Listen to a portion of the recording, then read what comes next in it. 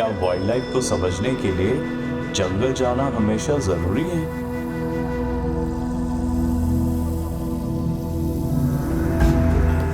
आज हम एक ऐसी जगह जा रहे हैं जहां सिर्फ 1 घंटे के अंदर आप डियर, एलिफेंट्स, लायन, लेपर्ड्स और टाइगर सब देख सकते हो। लेकिन इस जर्नी की शुरुआत सफारी से नहीं हुई।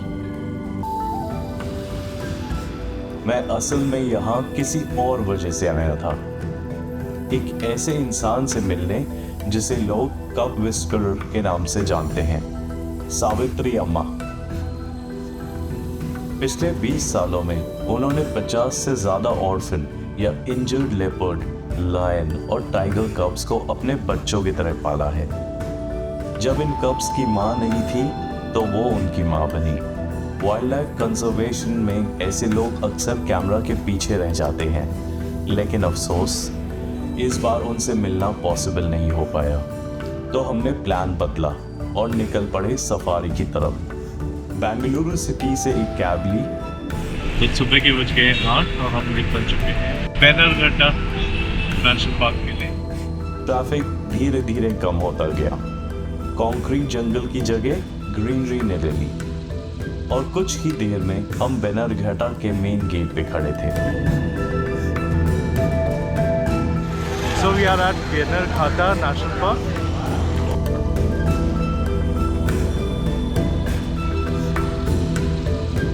ये ओपन जीप सफारी नहीं थी, एक इनक्लोज सफारी बस थी। और ऑनेस्टली कभी कभी मैश के पीछे बैठ के भी वाइल्ड लाइफ का मैजिक उतना ही पावरफुल लगता है। Herbivorous territory.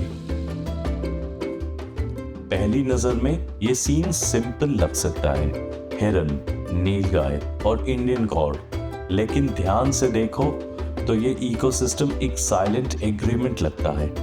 सब एक साथ खा रहे हैं, लेकिन कंपटीशन के बिना। नेचर अक्सर केओस नहीं, बैलेंस क्रिएट करती है। अगर ध्यान से देखो तो यहाँ है इंडियन गॉड, जिसको देख के लगता है कि बफेलो को व्हाइट सॉक्स पहनाकर जिम भेज दिया हो। ये दुनिया का सबसे बड़ा वाइल्ड बोवाइन है। एक अडल्ट मेल का वेट एक छोटी कार के बराबर होता है। और जब हम इन जाइंट हर्बीवोरस को देख रहे थे तब मुझे बिल्कुल आइडिया नहीं था कि कुछ देर में हम एशिया के सबसे इंटेलिजेंट एनिमल की टेरिटरी में एंटर करने वाले हैं। लैंडस्केप धीरे धीरे बदलने लगा और फिर जैसे जंगल के साइज का नॉब किसी ने घुमा दिया हो। हर तरफ एलिफेंट्स, एलिफेंट्स ही एलिफेंट्स, कुछ अपने महावत के साथ, कुछ अपने फैमिली ग्रुप में, कुछ नहाते हुए, फुल ऑन समर एंजॉय करते हुए।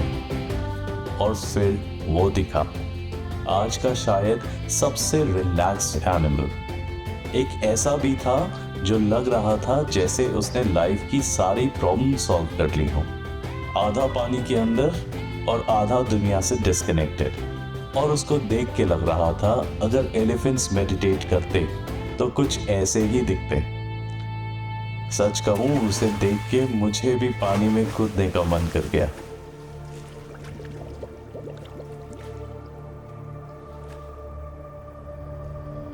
और उसी पानी के किनारे एक क्रोकोडाइल।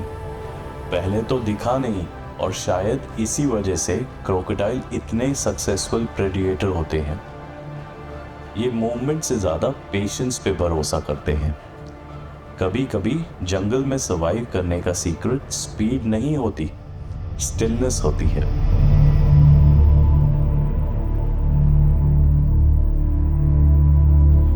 अब हम एंटर कर रहे थे कार्निवोरस जोन में, और पहले वेलकम मिला एक छोटे से भालू से। छोटे छोटे बेबी स्टेप्स रोड के साइड में चलते हुए, जैसे सफारी बस का अनऑफिशियल गाइड हो। स्लॉथ बेयर, इंडिया के सबसे यूनिक बेयर्स में से एक। इनके लिप्स स्पेशली इंसेक्ट्स खाने के लिए ही बने हैं। और अगला स्टॉप लेपर्ड। और लेपर्ड ने वेट नहीं कराया, पहली साइटिंग इनक्लोजर के अंदर थी और फिर एक परफेक्ट साइटिंग, एक लेपर्ड रॉक के ऊपर, बिल्कुल उसी तरह जैसे वाइल्ड लाइफ फोटोग्राफर अपनी ड्रीम में इमेजिन करते हैं। और फिर उसने हमें एक लुक दिया। क्या आप जानते हैं, लेपर्ड्स दुनिया के सबसे अडैप्टेबल बिग कैट्स में जाने जाते हैं। माउंटेन्स, फॉरेस्ट, ग्रासलैंड्स और कभी कभी सिटी के आउटस्कर्ट्स में भी ये हर जगह सर्वाइव कर लेते हैं। लेकिन अगला इनकाउंटर एक स्टोरी बताने वाला था, एक स्टोरी जो इंडियन समर्स और सर्वाइवल से जुड़ी है। लेपर्ड का कोट बहुत थिक होता है और उसकी वजह से उन्हें गर्मी भी बहुत लगती है। अब सफारी का एटमॉस्फेयर धीरे धीरे बदलने लगा। बस के अंदर साइलेंस हो गया और फिर आया वो मोमेंट जिसका सबको इंतजार था। Law and territory. रोड के एक एंड पे 3 लायनेस खड़ी थी, सीधा हमारी तरफ देखते हुए। क्यूरियस, अलर्ट, कॉन्फिडेंट, जैसे कह रही हो ये हमारा एरिया है। तभी एक लायनेस ने एक परफेक्ट हेड टर्न दिया और उस मोमेंट पे पूरे बस में कैमरा क्लिक होने लगे। और फिर वो हमारे बस के आगे चलने लगी, जैसे रास्ता दिखा रही हूँ।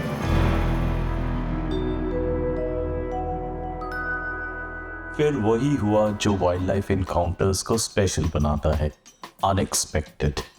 और फिर उसकी एंट्री हुई। वो आया, एक मैसिव मेल लॉयन। डार्क माने, हेवी बिल्ट, रॉयल वॉक। कुछ सेकंड के लिए वो रोड पे खड़ा था।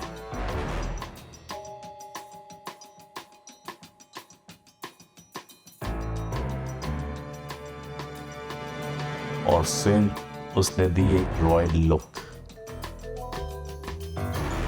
लेकिन उसके जाने के बाद भी उसका प्रेजेंस वहीं रह गया।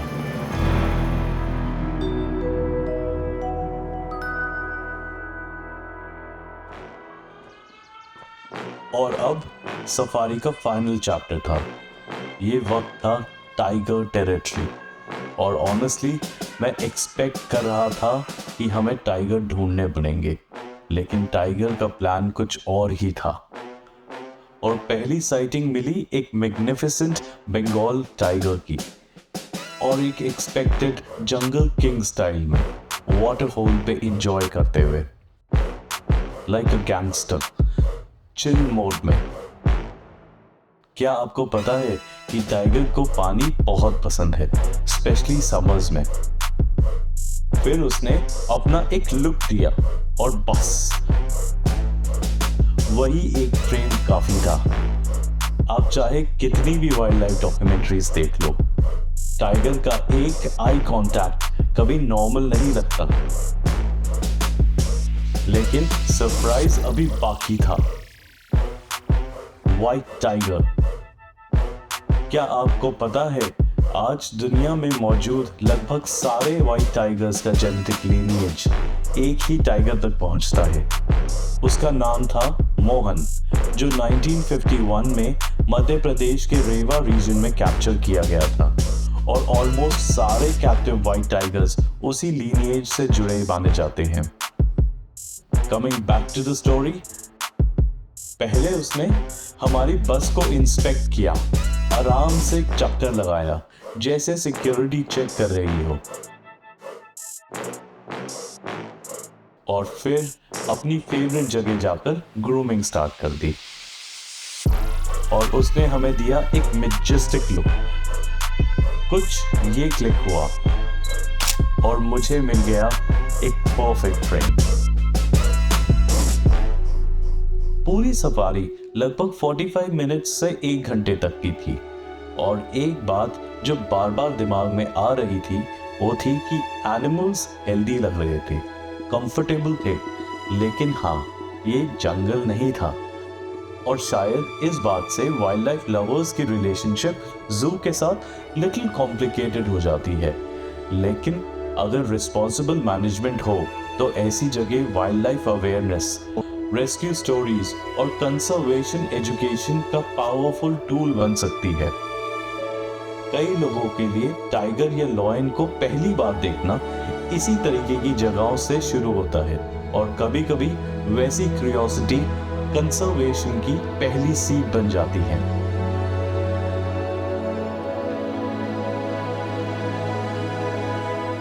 वाइल्ड लाइफ हमेशा रिमोट फॉरेस्ट में नहीं मिलती, कभी-कभी वो सिटीज के बिल्कुल पास में होती है, बस हमें देखने की नजर चाहिए। ये था beyond backyard, a visual journey into urban wild life. और ये सफारी तो शुरुआत है। अगर आप बेलरघाटा का अमेजिंग बटरफ्लाई पार्क और बाकी जू सेक्शन देखना चाहते हैं तो कमेंट में जरूर बताएं, मैं उस पर भी एक डिटेल वीडियो लेकर आऊंगा। अगर आपको ये जर्नी पसंद आई तो चैनल पे मौजूद पुरानी वाइल्ड लाइफ फिल्म्स भी जरूर देखिए। हर एक वीडियो एक नई स्पीशीज, एक नई लोकेशन और एक नई स्टोरी एक्सप्लोर करती है। अगर आप वाइल्ड लाइफ को सिर्फ देखना नहीं बल्कि समझना भी चाहते हैं तो सब्सक्राइब करना ना भूलें, क्योंकि अगले एपिसोड में हम निकल रहे हैं राजाजी नेशनल पार्क की तरफ और वहां हम देखेंगे जंगल एक वाइल्ड लाइफ फोटोग्राफर की नजर से।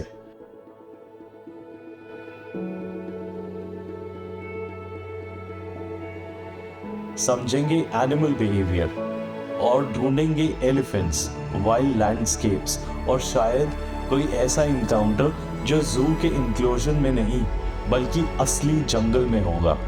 मैं हूं विवेक और ये था beyond backyard from be around. याद रखिए, कभी कभी वाइल्ड लाइफ हमारे बैकयार्ड के बिल्कुल पास होती है और कभी उसे ढूंढने के लिए हमें जंगल के दिल तक जाना पड़ता है। मिलते हैं राजाजी नेशनल पार्क में।